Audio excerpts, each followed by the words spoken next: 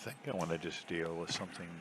I think I just want to deal with something completely political this time, which is the comments made at uh, Trump's big rally at Madison Square Garden uh, the other night. Um, the issue here is that most of the most disgusting comments made were not made by Trump himself. So his supporters are essentially trying to claim that these were other speakers that were not vetted, that were not specifically approved. And, well, that's false. They were. They were vetted, they were approved, and even if they were not, they were given a platform. And they were given a platform by Trump at this rally and thought that it was appropriate at this rally to make the kinds of jokes and comments that they made. If you don't know what I'm referring to, just look up any video, any other video on YouTube dealing with Trump's Madison Square Garden rally, and you can see the comments for yourself. I don't particularly feel like repeating them here. But the thing is, who you surround yourself is the key. Who do you surround yourself? And who has Trump surrounded himself with? Well, look at who was on his first administration.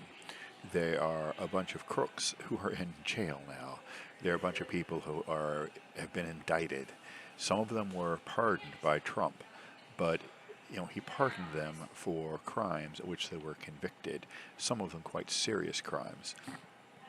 Look at who Trump admires. He admires Putin.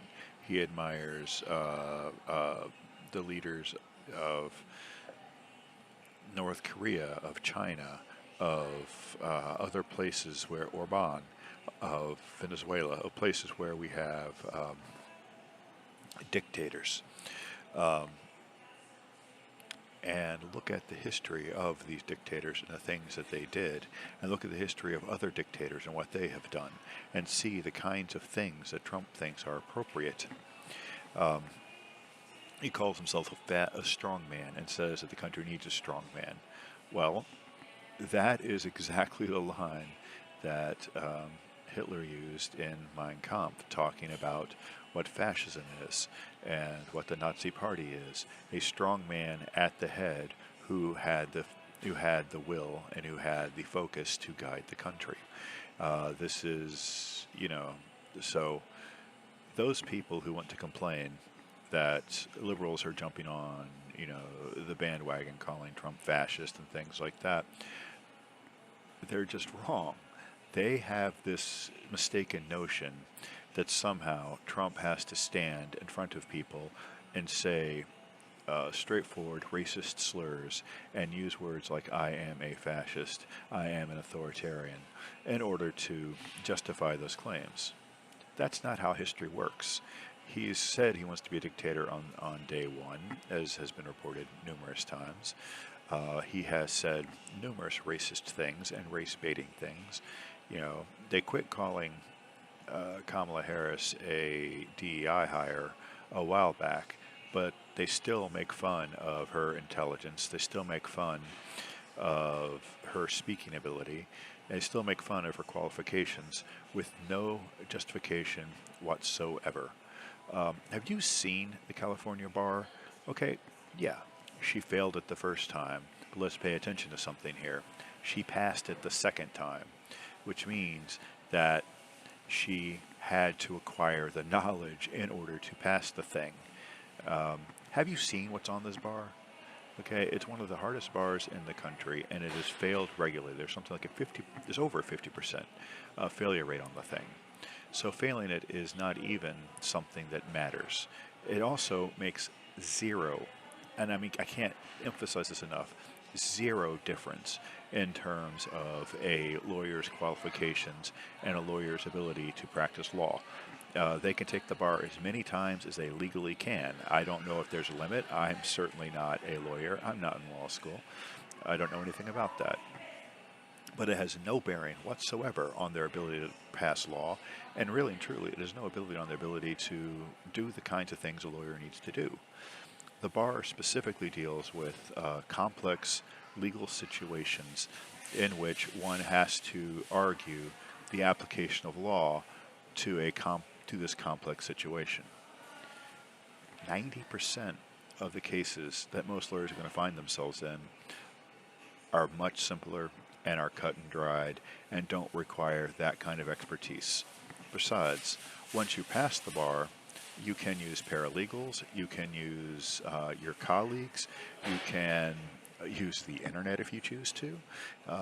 You can certainly use your law books. You can use the principles of law that you've learned. You can use the accumulated wisdom of everything that you've got access to. In the exam, I'm not positive.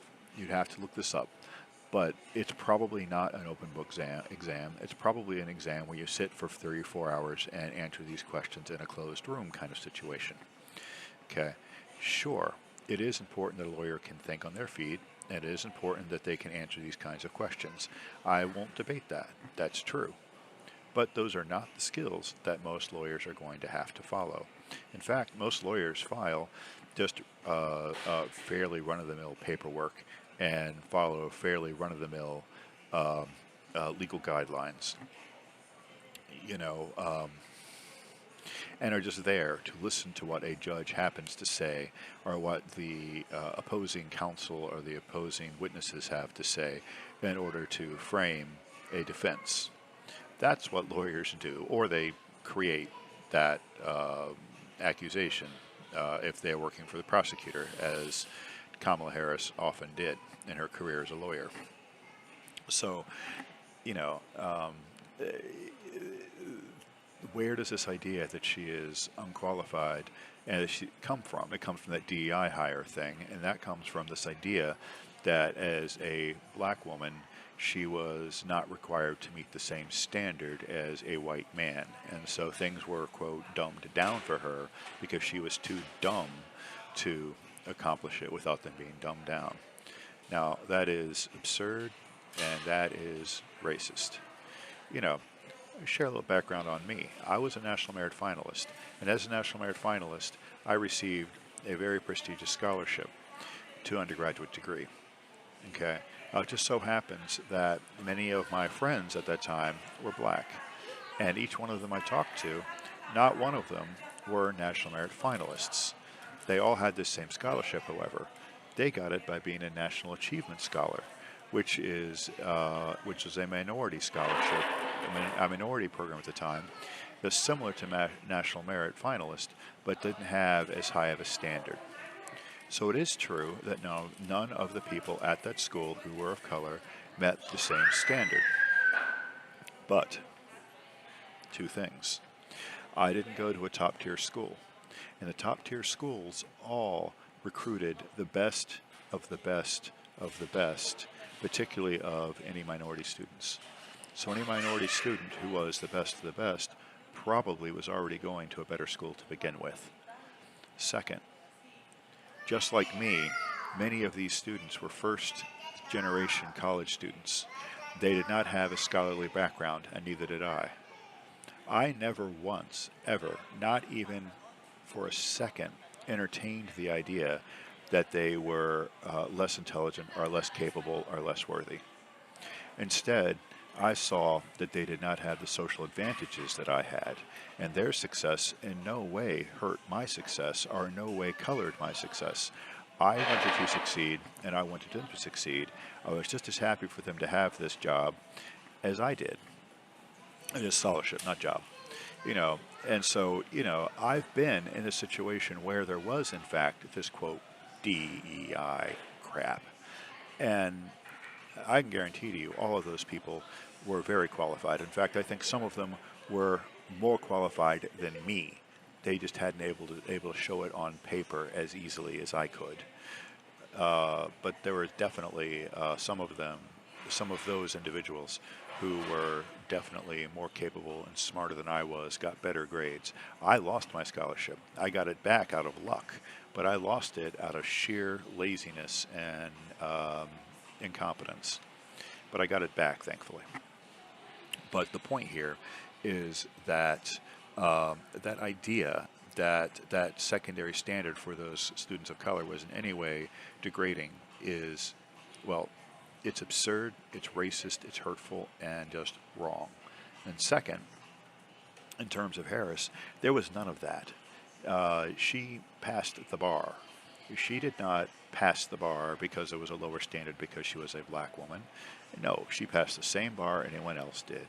And in getting to where she has gotten in her life, she has not depended upon her race or her gender as a sympathy vote or a thing to get, this, I don't know what you call it, this minority block vote or anything. No, as a matter of fact, she has consistently been in positions in which black women have not traditionally succeeded.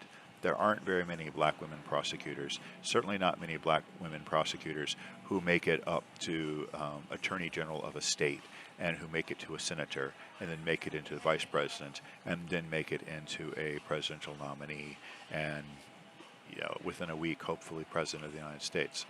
That is not common. And she is not doing this because anybody is having sympathy or cares about her as a minority. They're doing this because she has shown consistent capability and competence in what that she does. And to suggest otherwise is just straight out racism. Which is my point here, is that yeah, sure, at this rally, Trump did not say the majority of these racist things, but he gave them a platform. He knowingly gave them a platform, and he has not personally denounced them.